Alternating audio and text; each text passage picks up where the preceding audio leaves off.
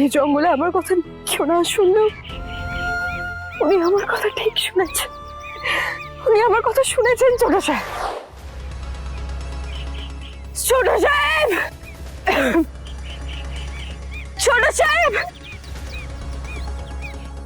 ছোট সাহেব,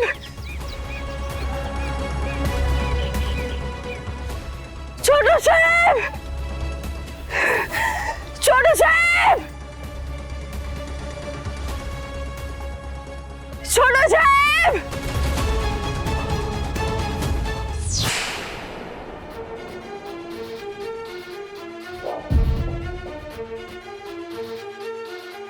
কি ব্যাপার, এইখানে এভাবে ফুলগুলো কে রাখলো?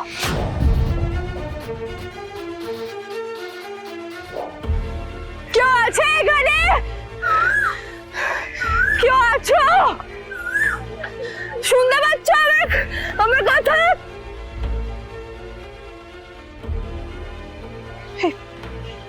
এই ফুলগুলো কোনো সংকেত নয় তো?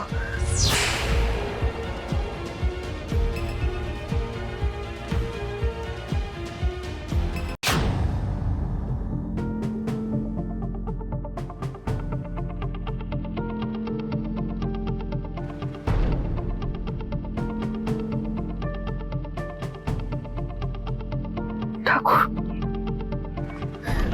ঠাকুর আমার পথ দেখাও। ঠাকুর আমাকে পথ দেখাও। তোমার ইচ্ছেতেই এই সম্পর্কটা শুরু হয়েছিল। এই সম্পর্কটাকে তুমি অটুট রেখো ঠাকুর।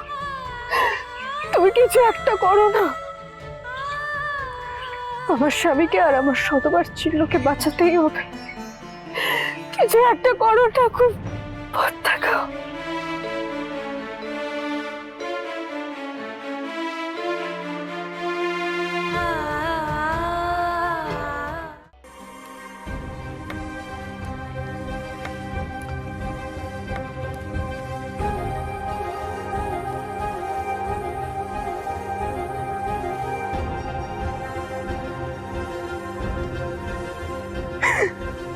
তুমি তুমি আমার পথ দেখাচ্ছ ঠাকুর।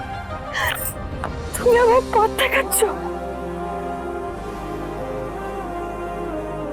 ছোট সাহেব, এই জঙ্গলে আমার কথা কেউ না শুনলেও উনি আমার কথা ঠিক শুনেছেন। উনি আমার কথা শুনেছেন ছোট সাহেব।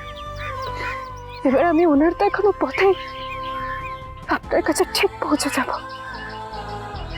আর কোনো বাধা আমি মানব না। আমি আপনার কাছে আসছি ছোট সাহেব, আমি আসছি।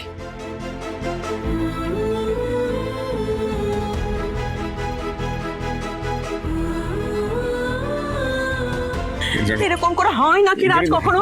আমাকে যেতে হবে। আমার কথা কোথায় যাবে তুমি? খুঁজবো না তাই বলে তো নিশ্চয়ই, কিন্তু কোথায় খুঁজবে বলো তো? জানি না কোথায় গেল। ইন্দ্রাণী, হ্যাঁ গুরুদেব। আর তো দেরি করা যাবে না। শুভ মুহূর্ত উপস্থিত।